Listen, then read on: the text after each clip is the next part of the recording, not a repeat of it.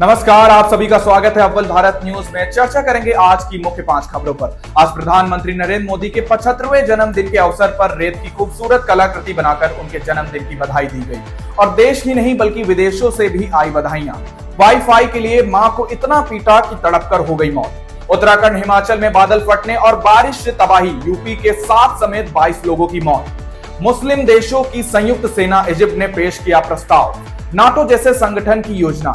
Batting app मामले में सोनू सूद और क्रिकेटर युवराज सिंह जैसे कई सेलिब्रिटीज को ईडी का समन। आइए अब चर्चा करते हैं आज की मुख्य 5 खबरों पर।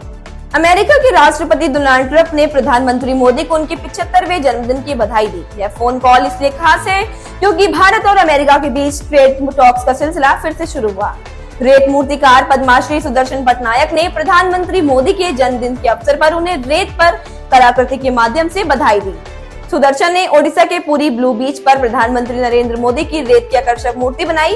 इसके साथ ही इस रेत पेंटिंग में पीएम मोदी के साथ भारत की उड़ान संदेश लिखा। इस रेत पेंटिंग में कमल के फूलों को जगह दी गई है। कतर, सऊदी अरब, यूएई, जॉर्डन और बाकी अरब देश एक ही सुर में कह रहे हैं कि अब अमेरिका पर भरोसा नहीं।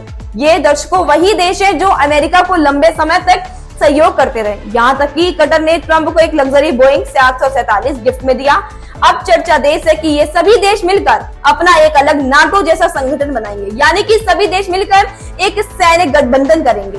अरब नाटो देश जैसे कि अमेरिका गठबंधन नाटो है, जिसमें उसके साथी देश हैं जो ज्यादातर यूरोप के हैं। और सबसे खास बात तो ये है कि अगर किसी एक देश पर हमला होता है तो सभी देश युद्ध लड़ने को तैयार रहते हैं।